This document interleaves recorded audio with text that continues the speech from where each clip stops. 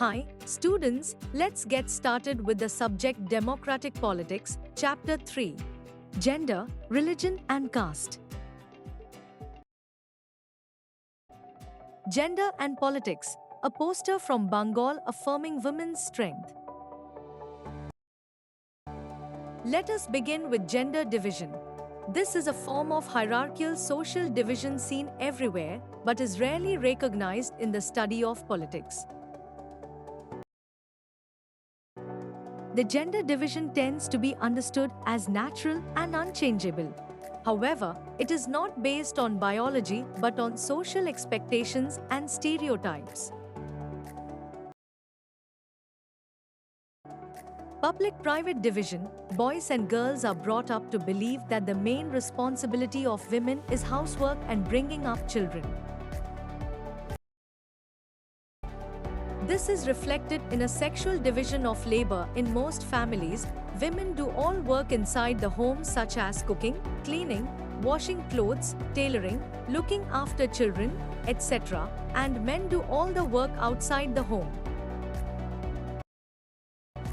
It is not that men cannot do housework, they simply think that it is for women to attend to these things. When these jobs are paid for, men are ready to take up these works. Most tailors or cooks in hotels are men. Similarly, it is not that women do not work outside their home. In villages, women fetch water, collect fuel and work in the fields. In urban areas, poor women work as domestic helper in middle-class homes, while middle-class women work in offices. In fact, the majority of women do some sort of paid work in addition to domestic labor. But their work is not valued and does not get recognition. The result of this division of labor is that although women constitute half of the humanity, their role in public life, especially politics, is minimal in most societies. Earlier, only men were allowed to participate in public affairs, vote and contest for public offices. Gradually, the gender issue was raised in politics. Women in different parts of the world organized and agitated for equal rights. There were agitations in different countries for the extension of voting rights to women. These agitations demanded enhancing the political and legal status of women and improving their educational and career opportunities. More radical women's movements aimed at equality in personal and family life as well. These movements are called feminist movements. Political expression of gender division and political mobilization on this question helped to improve women's role in public life. We now find women working as scientists, doctors, engineers, lawyers, managers and college and university teachers, which were earlier not considered suitable for women. In some parts of the world, for example in Scandinavian countries such as Sweden, Norway and Finland, the participation of women in public life is very high. In our country, women still lag much behind men despite some improvements since independence. Ours is still a male-dominated, patriarchal society. Women face disadvantage, discrimination and oppression in various ways. The literacy rate among women is only 54% compared with 76% among men. Similarly, a smaller proportion of girl students go for higher studies. When we look at school results, girls perform as well as boys, if not better in some places. But they drop out because parents prefer to spend their resources for their boys' education rather than spending equally on their sons and daughters. No wonder the proportion of women among the highly paid and valued jobs is still very small. On an average, an Indian woman works 1 hour more than an average man every day. Yet much of her work is not paid and therefore often not valued. The Equal Remuneration Act, 1976 provides that equal wages should be paid to equal work. However, in almost all areas of work, from sports and cinema to factories and fields, women are paid less than men, even when both do exactly the same work. In many parts of India, parents prefer to have sons and find ways to have the girl child aborted before she is born. Such sex-selective abortion led to a decline in child-sex ratio, number of girl children per thousand boys, in the country to merely 919. As the map shows, this ratio has fallen below 850 or even 800 in some states. There are reports of various kinds of harassment, exploitation and violence against women. Urban areas have become particularly unsafe for women. They are not safe even within their own home from beating, harassment and other forms of domestic violence. Mummy always says to outsiders, "I don't work. I am a housewife. But I see her working non-stop all the time. If what she does is not work, what else is work?" Can you identify your state on this map? What is the child sex ratio in it? How is it different from others with a different color? Identify the states which have child sex ratio below 900. Compare this map with the poster on the next page. How do the two of them tell us about the same issue? Women's political representation, all this is well known. Yet issues related to women's well-being or otherwise are not given adequate attention. This has led many feminists and women's movements to the conclusion that unless women control power, their problems will not get adequate attention. One way to ensure this is to have more women as elected representatives.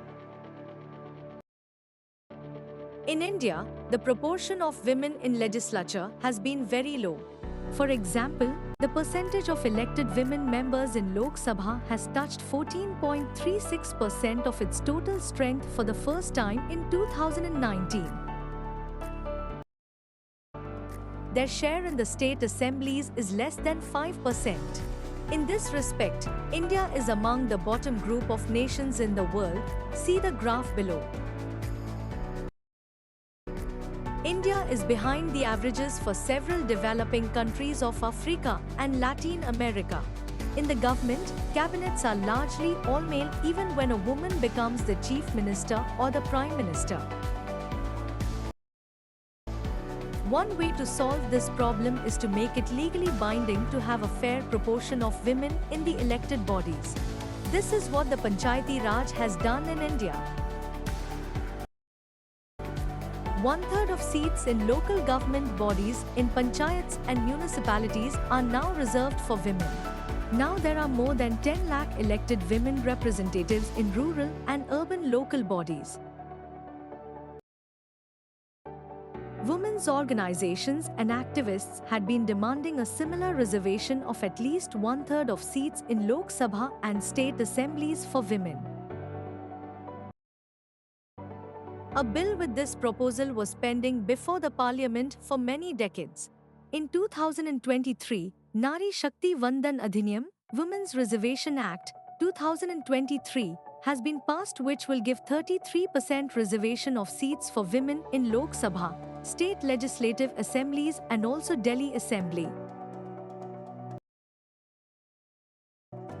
Gender division is an example that some form of social division needs to be expressed in politics.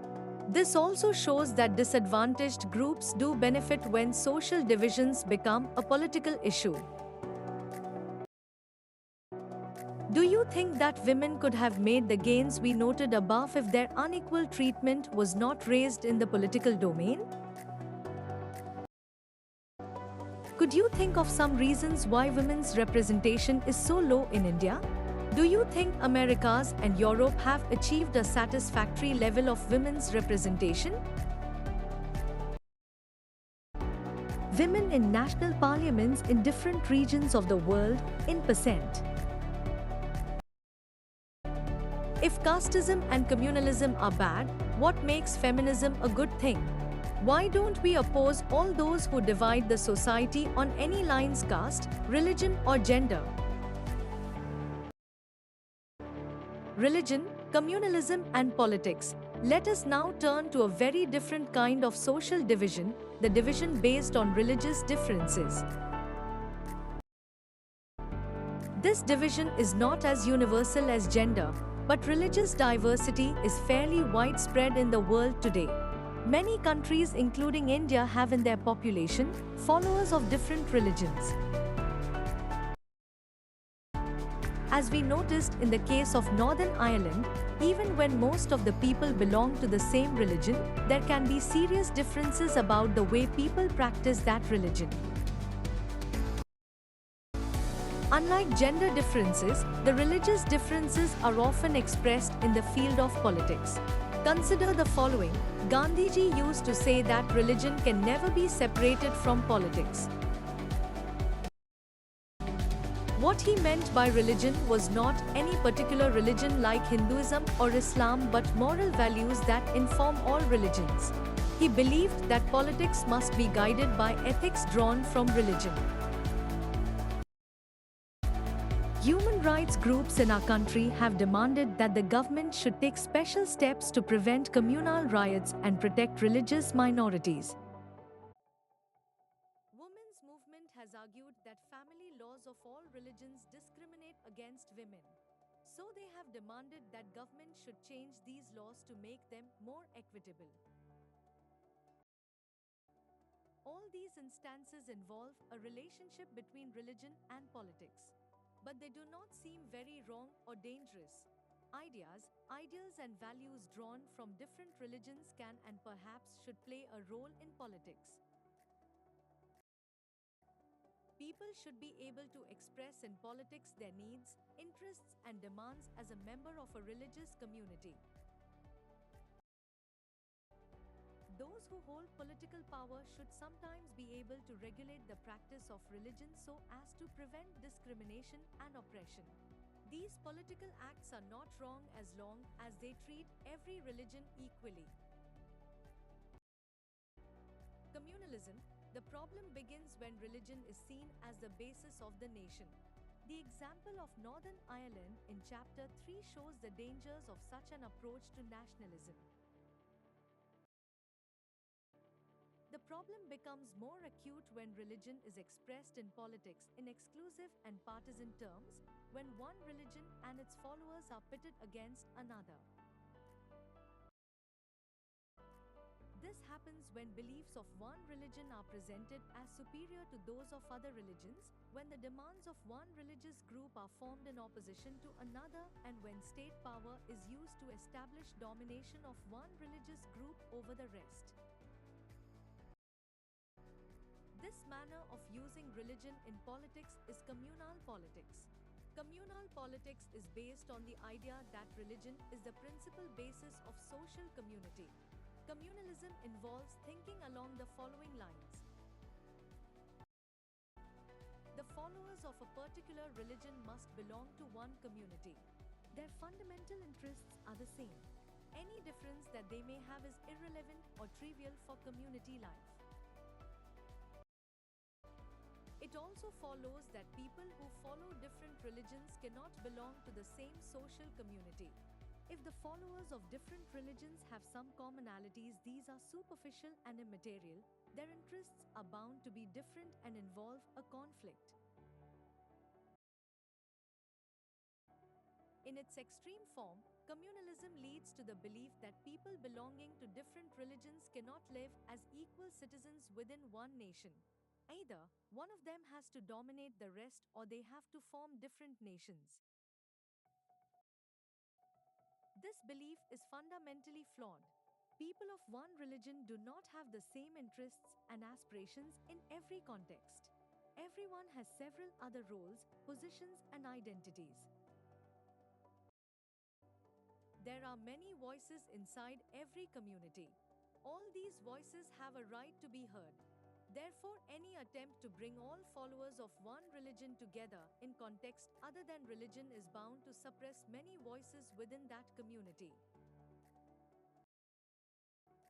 Communalism can take various forms in politics. The most common expression of communalism is in everyday beliefs. These routinely involve religious prejudices, stereotypes of religious communities, and belief in the superiority of one's religion over other religions. This is so common that we often fail to notice it, even when we believe in it. A communal mind often leads to a quest for political dominance of one's own religious community. For those belonging to majority community, this takes the form of majoritarian dominance. For those belonging to the minority community, it can take the form of a desire to form a separate political unit. Political mobilization on religious lines is another frequent form of communalism. This involves the use of sacred symbols, religious leaders, emotional appeal, and plain fear in order to bring the followers of one religion together in the political arena. In electoral politics, this often involves special appeal to the interests or emotions of voters of one religion in preference to others.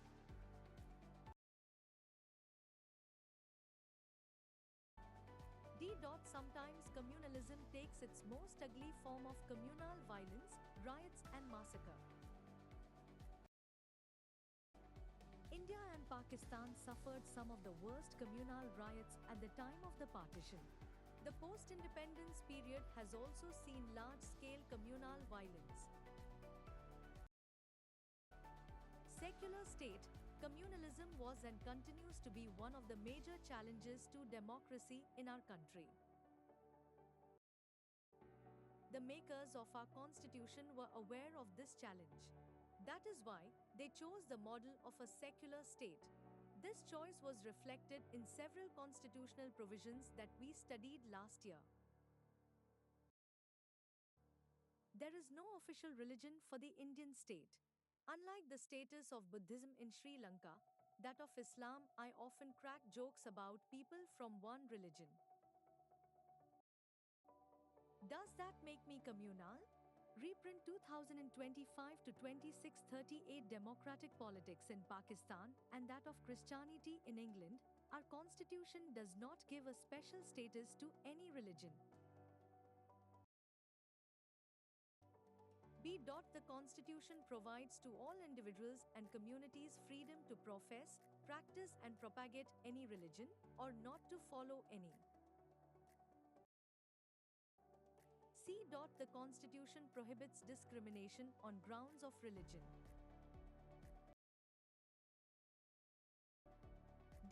At the same time, the Constitution allows the state to intervene in the matters of religion in order to ensure equality within religious communities.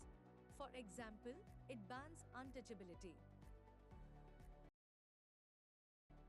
Understood in this sense, secularism is not just an ideology of some parties or persons. This idea constitutes one of the foundations of our country. Communalism should not be seen as a threat to some people in India. It threatens the very idea of India. That is why communalism needs to be combated. A secular constitution like ours is necessary but not sufficient to combat communalism. Communal prejudices and propaganda need to be countered in everyday life, and religion-based mobilization needs to be countered in the arena of politics. Caste and politics. We have seen two instances of the expression of social divisions in the arena of politics, one largely positive and the other largely negative.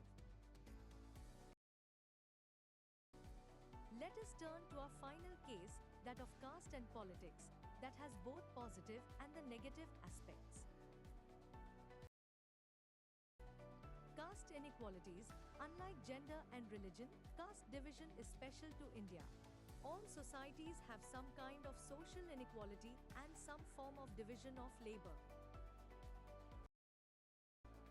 In most societies, occupations are passed on from one generation to another. Caste system is an extreme form of this. What makes it different from other societies is that in this system, hereditary occupational division was sanctioned by rituals.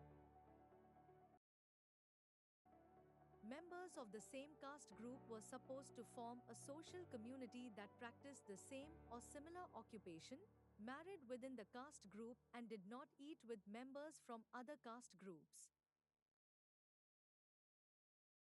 Caste system was based on exclusion of and discrimination against the outcast groups. They were subjected to the inhuman practice of untouchability about which you have studied in class 9. That is why political leaders and social reformers like Jyotiba Phule, Gandhiji, B.R. Ambedkar and Periyar Ramaswamy Nekar advocated and worked to establish a society in which caste inequalities are absent. Partly due to their efforts and partly due to other socio-economic changes, castes and caste system in modern India have undergone great changes. With economic development, largescale urbanization, growth of literacy and education, occupational mobility and the weakening of the position of landlords in the villages, the old notions of caste hierarchy are breaking down. Now, most of the times, in urban areas it does not matter much who is walking along next to us on a street or eating at the next table in a restaurant. The Constitution of India prohibited any caste-based discrimination and laid the foundations of policies to reverse the injustices of the caste system. If a person who lived a century ago were to return to India, she would be greatly surprised at the change that has come about in the country. Yet caste has not disappeared from contemporary India. Some of the older aspects of caste have persisted. Even now, most people marry within their own caste or tribe. Untouchability has not ended completely, despite constitutional prohibition. Effects of centuries of advantages and disadvantages continue to be felt today. The caste groups that had access to education under the old system have done very well in acquiring modern education as well. Those groups that did not have access to education or were prohibited from acquiring it have naturally lagged behind. That is why there is a disproportionately large presence of upper caste among the urban middle classes in our country. Caste continues to be closely linked to economic status. See plus box on page 41. Caste in politics. As in the case of communalism, casteism is rooted in the belief that caste is the sole basis of social community. According to this way of thinking, people belonging to the same caste belong to a natural social community and have the same interests which they do not share with anyone from another caste. As we saw in the case of communalism, such a belief is not borne out by our experience. Caste is one aspect of our experience, but it is not the only relevant or the most important aspect. Caste can take various forms in politics. When parties choose candidates in elections, they keep in mind the caste composition of the electorate and nominate candidates from different castes so as to muster necessary support to win elections. When governments are formed, political parties usually take care that representatives of different castes and tribes find a place in it. Political parties and candidates in elections make appeals to caste sentiment to muster support. Some political parties are known to favor some castes and are seen as their representatives. C. Universal adult franchise and the principle of one person, one vote compelled political leaders to gear up to the task of mobilizing and securing political support. It also brought new consciousness among the people of castes that were hitherto treated as inferior and low. The focus on caste in politics can sometimes give an impression that elections are all about caste and nothing else. That is far from true. Just consider these. A. No parliamentary constituency in the country has a clear majority of one single caste. So, every candidate and party needs to win the confidence of more than one caste and community to win elections. B. No party wins the votes of all the voters of a caste or community. When people say that a caste is a vote bank of one party, it usually means that a large proportion of the voters from that caste vote for that party. Many political parties may put up candidates from the same caste if that caste is believed to dominate the electorate in a particular constituency.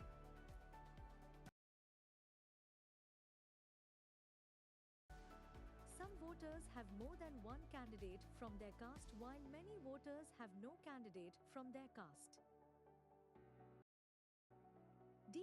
The ruling party and the sitting MP or MLA frequently lose elections in our country. That could not have happened if all castes and communities were frozen in their political preferences. Clearly, while caste matters in electoral politics, so do many other factors. The voters have strong attachment to political parties, which is often stronger than their attachment to their caste or community. People within the same caste or community have different interests depending on their economic condition. Rich and poor, or men and women from the same caste, often vote very differently. People's assessment of the performance of the government and the popularity rating of the leaders matter and are often decisive in elections. Politics and caste. We have so far looked at what caste does to politics. But it does not mean that there is only a one-way relation between caste and politics. Politics too influences the caste system and caste identities by bringing them into the political arena. Thus, it is not politics that gets caste-ridden, it is the caste that gets politicized. This takes several forms. Each caste group tries to become bigger by incorporating within it neighboring castes or subcastes which were earlier excluded from it. Various caste groups are required to enter into a coalition with other castes or communities and thus enter into a dialogue and negotiation. C. New kinds of caste groups have come up in the political arena like backward and forward caste groups. Thus, caste plays different kinds of roles in politics. In some situations, expression of caste differences in politics gives many disadvantaged communities the space to demand their share of power. In this sense, caste politics has helped people from Dalits and OBC castes to gain better access to decision-making. Several political and non-political organizations have been demanding and agitating for an end to discrimination against particular castes, for more dignity and more access to land, resources and opportunities. At the same time, exclusive attention to caste can produce negative results as well. As in the case of religion, politics based on caste identity alone is not very healthy in a democracy. It can divert attention from other pressing issues like poverty, development, and corruption. In some cases, caste division leads to tensions, conflict, and even violence. Social and religious diversity of India. The Census of India records the religion of each and every Indian after every 10 years. The person who fills the census form visits every household and records the religion of each member of that household exactly the way each person describes it. If someone says she has no religion or that he is an atheist, this is exactly how it is recorded. Thus, we have reliable information on the proportion of different religious communities in the country and how it has changed over the years. The pie chart below presents the population proportion of 6 major religious communities in the country. Since independence, the total population of each community has increased substantially, but their proportion in the country's population has not changed much.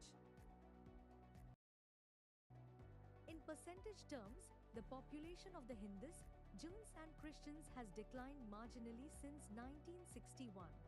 The proportion of Muslim, Sikh and Buddhist population has increased slightly. There is a common but mistaken impression that the proportion of the Muslims in the country's population is going to overtake other religious communities.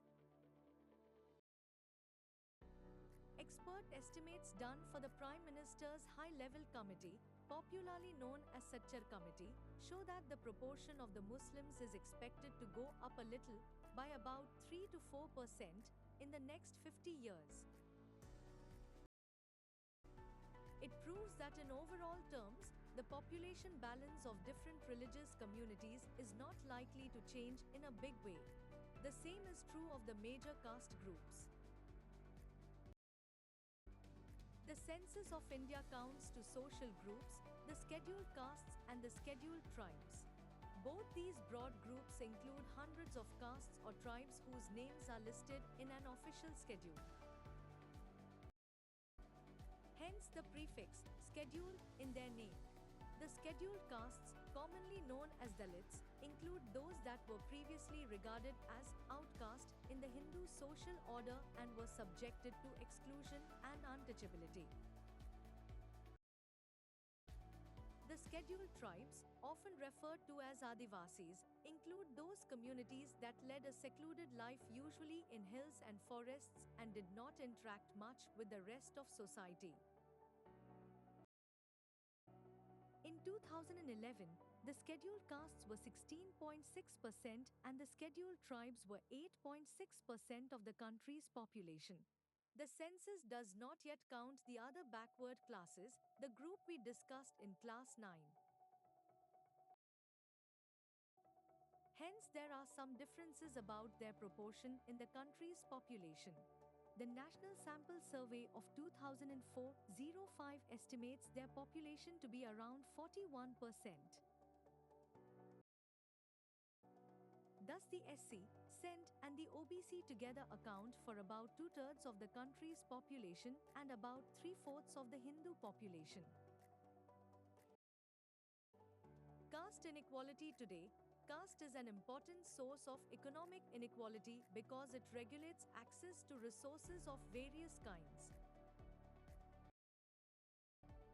For example, in the past, the so-called untouchable castes were denied the right to own land, while only the so-called twice-born castes had the right to education. Although this kind of explicit and formalized inequality based on caste is now outlawed, the effects of centuries of accumulated advantages and disadvantages continue to be felt.